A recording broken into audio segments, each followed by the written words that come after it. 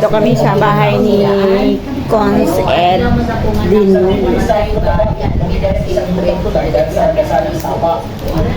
Kailan mo na eh. Wala ko pa balik na. Sama daw siya. Bagong ligo. Wala nga ako kasulong bangkal dapit. Pero yung Wala ko pa. medyo dapat nakapalibo mataba, yung double mukha mo. Nakita ko na sa video ko ni Inday, sabi ko lang kung magkamukha na siya ng Vivian ngayon. Tulungan mo yung pariya. Ay, Vivian. Kami po na mong natutuli ka tinuog si Bo. Naghan din deliver yung pagkaon. Yan si Cons Ed Dinuyo.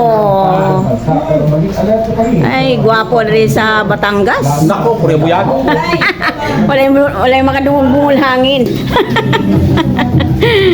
Ah. Hanggang lalaki ng mga halaman mo nang.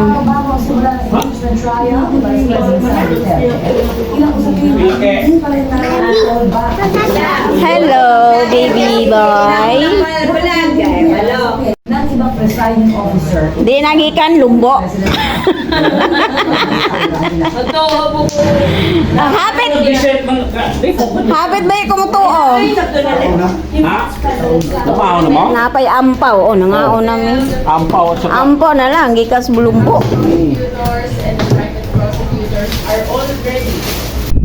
Ito ang may bahay, si Ate Gina. Ayan, kilala niyo ba yan siya?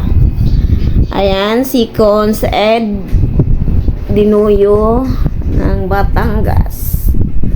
Ayan, kakanta daw kami kaya inayos ni Cons. And bumisita kami dito, dumaan kami dito sa bahay nila.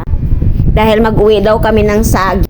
Nakauwi din kami ng maraming saging. Thank you, Cons Ed Dinuyo. Sinundo talaga kami doon sa sa aming pinaliguan. Thank you for watching, guys, at pauwi na rin kami. Bye-bye.